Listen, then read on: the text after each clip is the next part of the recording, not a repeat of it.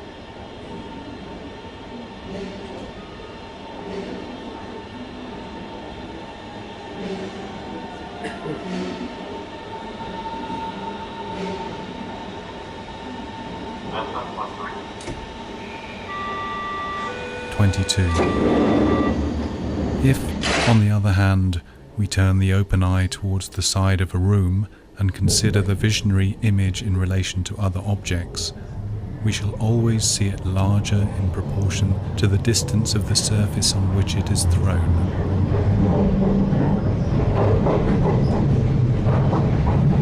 This is easily explained by the laws of perspective, according to which a small object near covers a great one at a distance.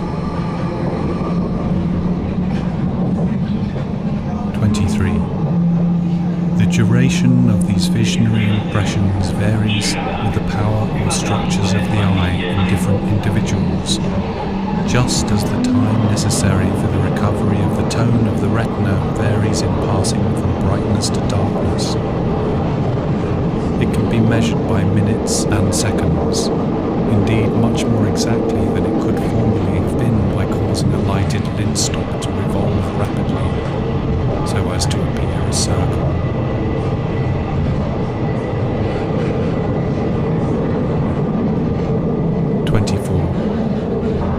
But the force with which an impinging light impresses the eye is especially worthy of attention. The image of the sun lasts longest. Other objects of various degrees of brightness leave the traces of their appearance on the eye for a proportionate time.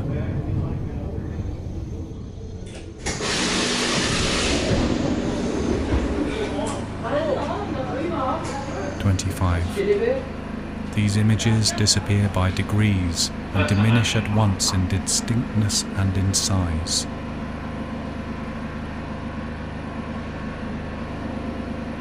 26.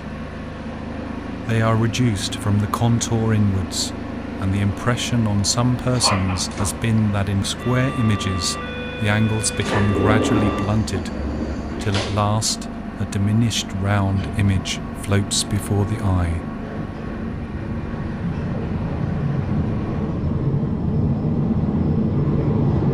28. Images may remain on the retina in morbid affectations of the eye for 14, 17 minutes or even longer. This indicates extreme weakness of the organ, its inability to recover itself, while visions of persons or things which are the objects of love or aversion indicate the connection between sense and thought. 30. The scientific men who made observations in the Cordilleras saw a bright appearance around the shadows of their heads on some clouds. This example is a case in point, for while they fixed their eyes on the dark shadow, and at the same time moved from the spot, the compensatory light image appeared to float around the real dark one.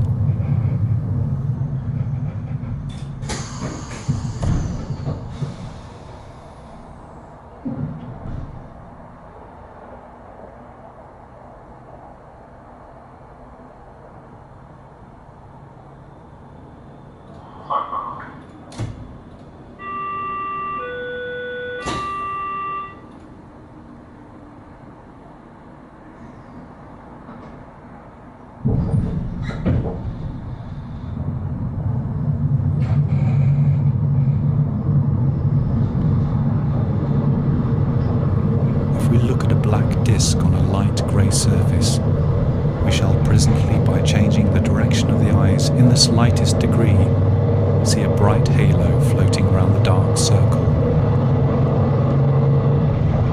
A similar circumstance happened to myself. For a while, as I stood in the open air, I was talking to a man who stood at a little distance from me, relieved on a grey sky. It appeared to me, as I slightly altered the direction of my eyes, after having for some time looked fixedly at him, that his head was encircled with a dazzling light. In the same way, probably might be explained the circumstances that persons crossing dewy meadows at sunrise see a brightness round each other's heads. The brightness in this case may be also iridescent, as the phenomena of refractions come into the account.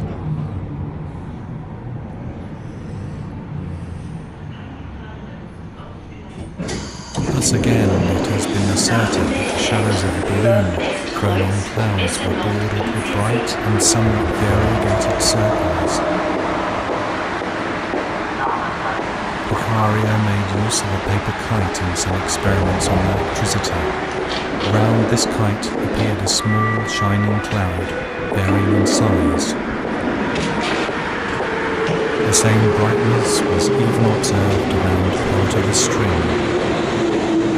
Sometimes it disappeared, and if the kite moved faster, the light appeared to float to and fro for a few moments on the place before occupied. This appearance, which could not be explained by those who observed it at the time, was the image which the eye retained of the kite, relieved as a dark mass on a bright sky. That image being changed into a light mass on a comparatively dark background.